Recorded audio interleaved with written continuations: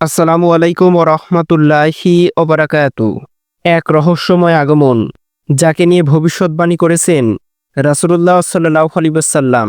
আজকের দিনের প্রযুক্তি এমন এক জায়গায় পৌঁছিয়েছে যেখানে মানুষের জ্ঞান, আচরণ, এমনকি নিয়ন্ত্রণ দখল করে নিচ্ছে মেশিন।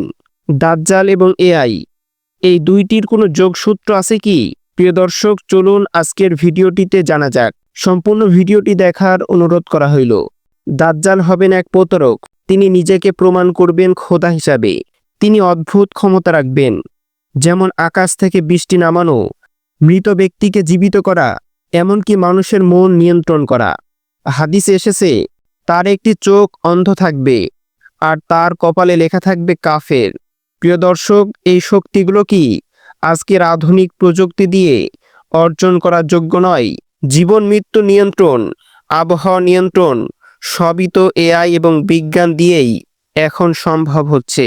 প্রিয় দর্শক, এআই বা কৃত্রিম বুদ্ধিমত্তা আজ আমাদের জীবনে প্রতিটি দিক স্পর্শ করেছে।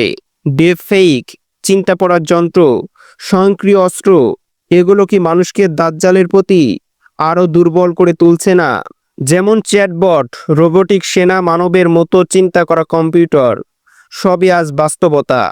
প্রিয় দর্শক, কি হবে যদি দাজ্জাল এআইকে ব্যবহার করে মানুষের মন নিয়ন্ত্রণ করে?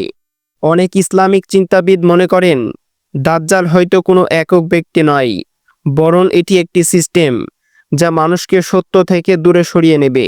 সেই সিস্টেম থাকবে মিডিয়া, প্রযুক্তি এবং কৃত্রিম বুদ্ধিমত্তা, যেখানে সত্যকে বানানো হবে মিথ্যা আর মিথ্যাকে তুলে ধরা হবে সত্য বলে।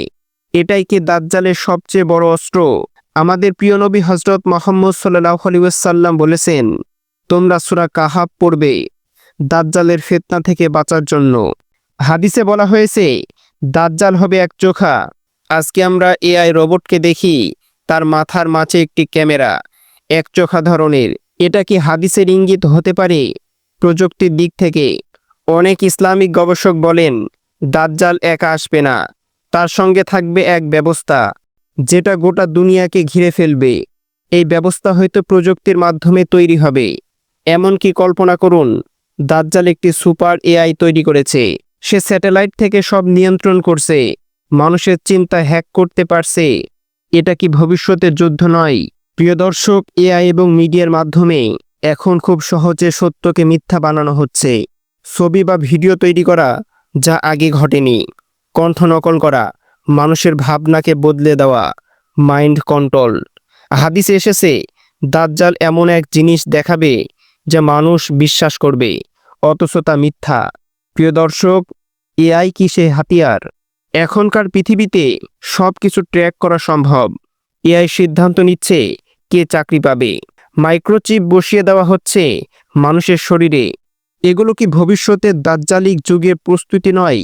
কল্পনা করুন, এক এআই চালিত রোবট আসছে, সে বলছে আমি মাসি, সে রোগ সারিয়ে তুলছে, সে জানে মানুষের চিন্তা, সে আকাশ থেকে পানি আনছে, আবহাওয়া নিয়ন্ত্রণ করছে, মানুষ তাকে মুক্তিদাতা বলে বিশ্বাস করছে। এটাই কি দাজ্জালের রূপ নয়?